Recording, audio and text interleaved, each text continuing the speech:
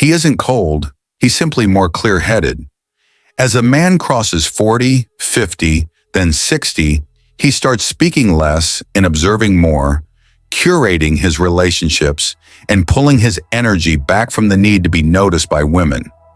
Not because he's disillusioned or resentful, but because after many rounds of trying, giving, and sacrificing so rarely understood, he wakes up. Love today is crowded with emotional games, manipulation dressed up as romance, endless demands, and a lack of respect. At some point, he understands. Peace is worth more than any validation from anyone. He has lived through enough relationship games, women who deliberately turn cold to seem harder to conquer, allure used like an invisible rope to yank his emotions, tears shed at just the right moment to turn a conversation into a courtroom where he is always the one at fault. When he was young, he called that the spice of love, a trial to prove he was deep and different. Looking back now, he sees only an old script, replayed by new faces, with lines so familiar he could recite them by heart. He no longer spends his mind decoding half-spoken sentences, intentional silences, or hazy signals tossed out to keep him guessing. He understands that behind many behaviors lie unhealed insecurities, voids people try to plaster over with drama and emotional power plays. And he realizes he was not born to be a therapist for souls who refuse to look in the mirror.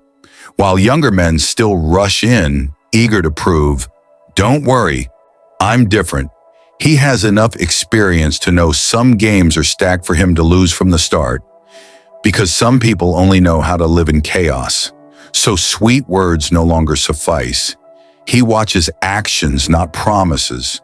The moment he recognizes an old trick returning, he leaves quietly, without blame, without noise, because he already knows the ending, and he refuses to let his life spin through one more meaningless loop. There was a time he believed love was only memorable when it burned hot enough, a racing heart over a single text, a mind spinning with jealousy, guessing, waiting. Fights that left them both exhausted, only to return in an embrace, impulsive intimacy to soothe the scratch inside, an endless string of drama that made every day feel like living in a film without an ending.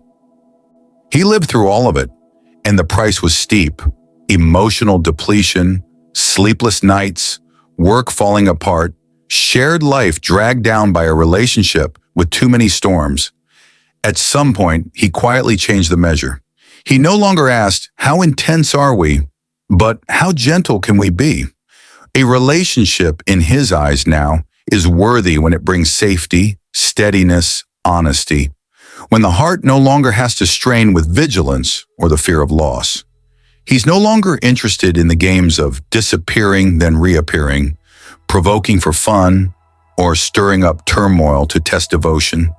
He wants only this: a steady presence, words that carry weight because they travel with actions, a life like a straight road with a few bends, not an emotional roller coaster that constantly drops and jerks. He understands that every time he lets drama in, he's signing permission for someone to steal his peace. And at this stage of life, peace is no longer a bonus if he's lucky. It's a non-negotiable. Without it, he would rather walk alone. There was a time he lived as if he were someone else's draft. He grew accustomed to yielding just to keep the peace, carrying the expectations of family, his partner, and the phrase, "a man should." There were moments when his mouth said yes, while inside a very clear no echoed. He accepted swallowing it just to preserve harmony, to preserve the relationship, even though each time he lost a small piece of himself. Then one day he stopped and asked, "If keeping the peace means disappearing from my own life, is what I'm preserving still worthy of being called peace?"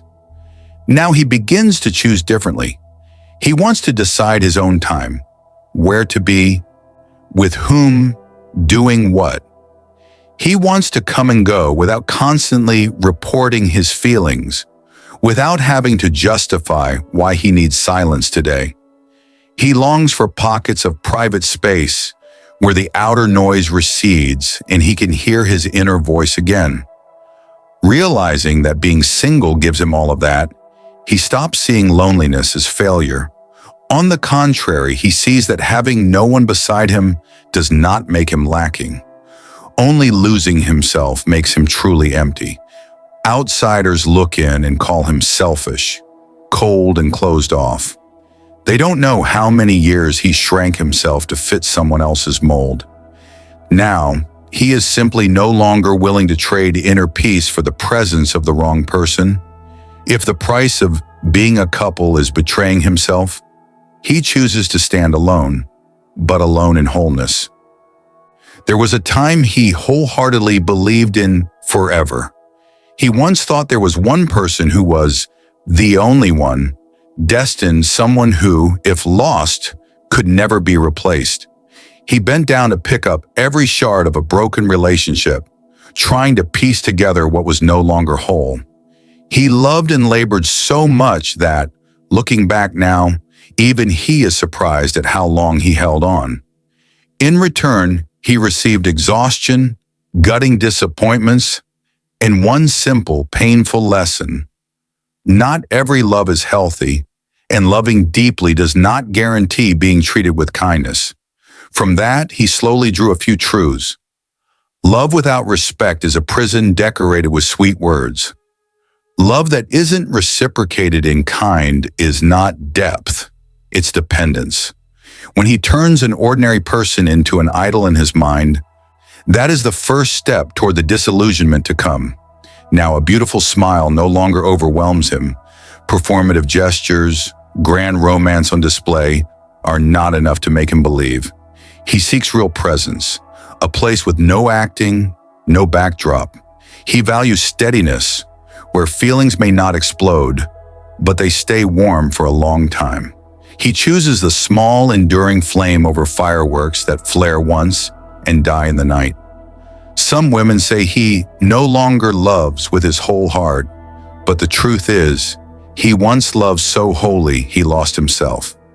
Now he gives his heart only to the one patient and consistent enough to prove, day after day, that she deserves to keep it. From very early on, he was taught that he had to be the conqueror. He had to prove his worth. He had to shoulder responsibility, be the pillar, and be strong enough to carry all the emotions in a relationship. So for many years, he got used to putting himself in second place. Others were allowed to demand. He was expected. Others could sulk. He had to yield. Others could be weak. He had to brace himself to be the support. Until, as he grew more mature, he looked back and recognized a truth both ruthless and straightforward. He does not need to beg anyone to recognize his value. He does not need to fold himself up and shrink to fit someone's narrow vision, because he himself is valuable, with a stability he has built from years of effort, with experience, with a perspective broader than passing feelings, with self-mastery and a steady presence, the very thing many younger women are searching for. That is not arrogance, it is a clear-minded awareness of self. Back then, he chased, trying to be good enough to be chosen. Now he quietly builds a life deep and beautiful enough and lets the right person draw near on her own. The roles reverse. Before, he was the pursuer. Now he is the observer and the chooser. Before, he tried to prove. Now he simply lives in alignment with himself, and that is enough. When he understands he is the prize, he no longer accepts makeshift relationships, nor stays in places full of chaos. He draws toward himself only connections that are real, wholesome, balanced, where both are value and no one must betray themselves just to be loved. He is not running from love. He is choosing to stand on the side of his own peace. At this final stretch, a sentence resounds like a declaration. This is the new era of the mature man. He chooses himself first. This is the new era of the mature man. He prioritizes himself, not because of an inflated ego, but because he is wise enough to know what he needs. If someone wishes to walk alongside him and respect that stillness, that is a gift. If they bring only chaos, the door is open. Please step out. He no longer lives to be liked. He lives with confidence, clarity, and command of his own life. That is what truly earns a woman's respect. And the passphrase for those who resonate with this journey, I choose peace. Toi chon bin yen.